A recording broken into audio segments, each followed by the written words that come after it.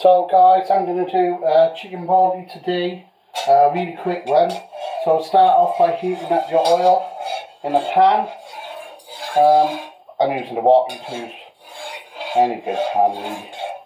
I'm not going into pans here. So, if you follow part one, we've got some tomatoes, peppers and an onion. Put those in. On a high heat this is.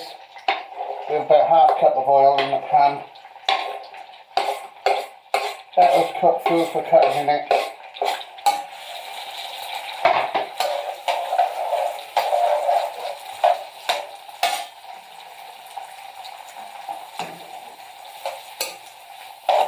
Until the onions just start to soften a bit. I really need to get a better kitchen for these videos, but this is all I've got for now.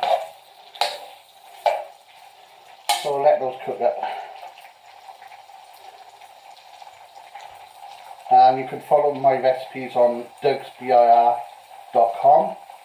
I've got Facebook, TikTok and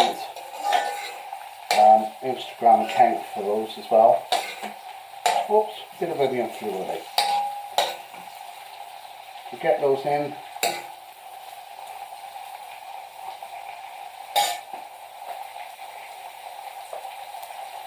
Now I'm going to add garlic ginger, about a chef spoon, whack that in, stir that around, no longer than a minute because it starts to stick and burn and make your dish bitter and you have to start again, as I always say. So just let that cook out a little bit. You start smelling those aromas.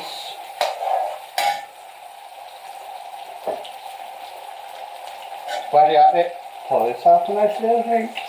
I'm on annual leave, thank you very much.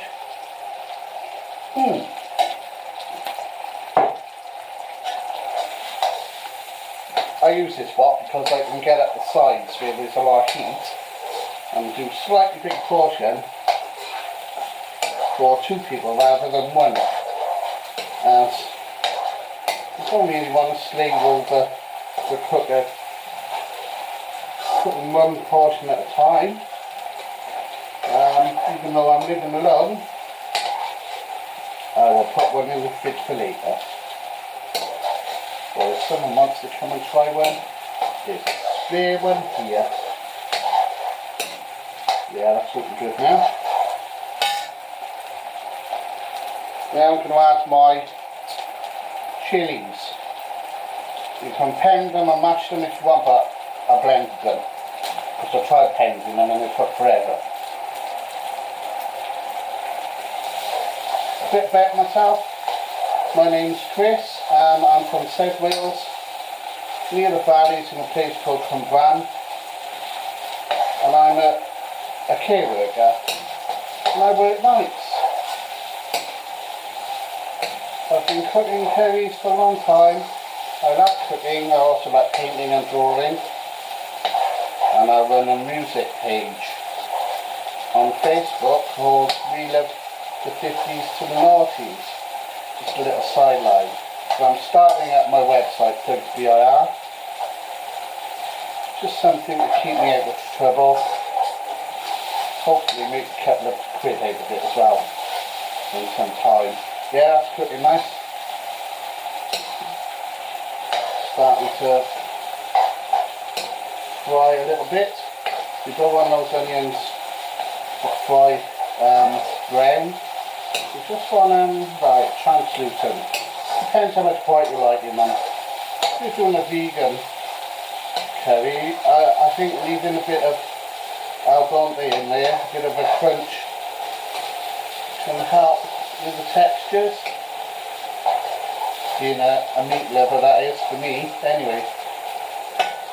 Naughty. Now I'm going to add, I've got a whole chilli, some turmeric, cumin and paprika, and there's some garam masala I'll put in at near the end. So I'll put those spices in and then cook those for a minute and keep stirring like mad now until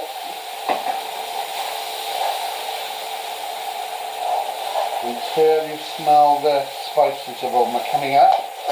Just don't let them stick, don't let them burn. Most dishes I've got tomatoes in there, so that helps it not to stick, but this one has got whole veg.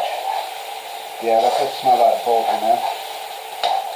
And now, when that's warmed up enough, I've got base gravy. I've got another video on this, and you can follow online. And I'm going to just make a little gap there and pour a couple of chef spoons of the base gravy. I generally use a takeaway carton and make me a couple of curries. And let that cook now and keep stirring that around the sides so it gets nice. Strip those bits off the sides so they're nice and caramelised.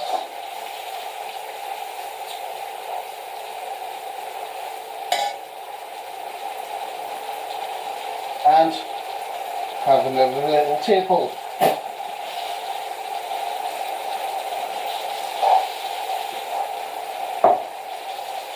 Oh, so professional. Yeah, that's smelling good.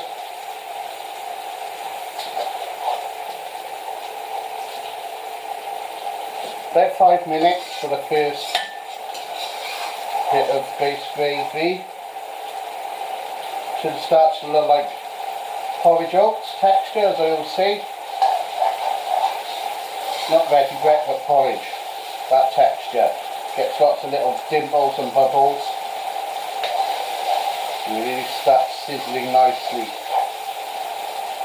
In a restaurant they would be going like this. And all the flames will be coming at the sides of their industrial burners. So I'm going to make another gap and put some more base in there, about a third. So this makes about 2 portions, 2 good portions. And that's slowed down a bit, so let that come back to the heat.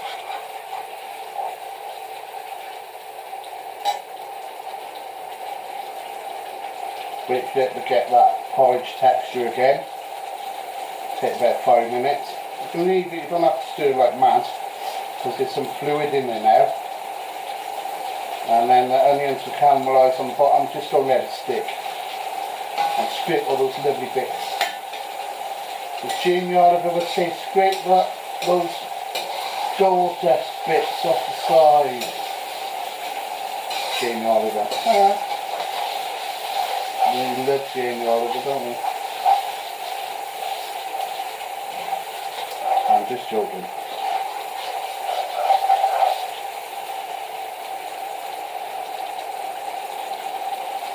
Jamie Oliver with his pepper and his capers. And the last label. Going in. 5 more minutes for that, and then we can add the garam masala and fresh coriander and your veg or chicken, whichever you prefer. Vegan choice for me would be chickpeas and spinach, potatoes and spinach, so that would be like a sargaloo Balti, I suppose. Or dal Balti. Just put something chunky in there, or mushrooms, that's good. Mushrooms go well, mushrooms and chickpeas. I'm going to put my chicken in there pre-cooked. I've just got a bit of potato on it, because I like the colour.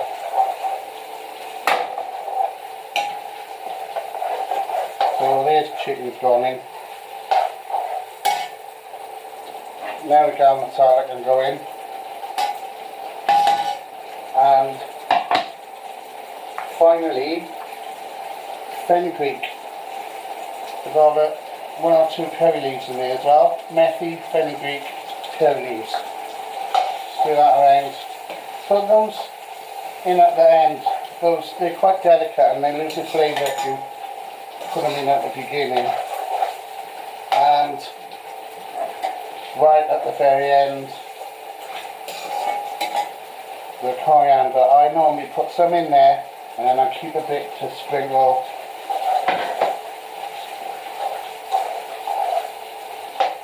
on the top of the balti dish.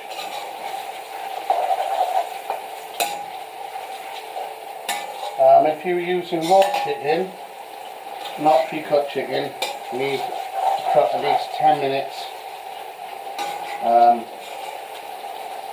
Turn the heat down, let it simmer 10 to 15 minutes. Yeah.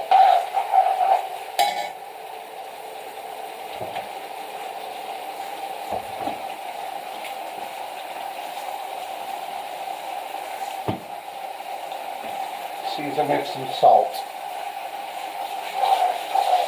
And black pepper if you like. I've got all the chilies in there, so I don't really need them more spicy heat. And nice bit of caramelized onion on the side there. And that's it guys, done. Easy chicken balti. Thank you very much. See my website. Bye.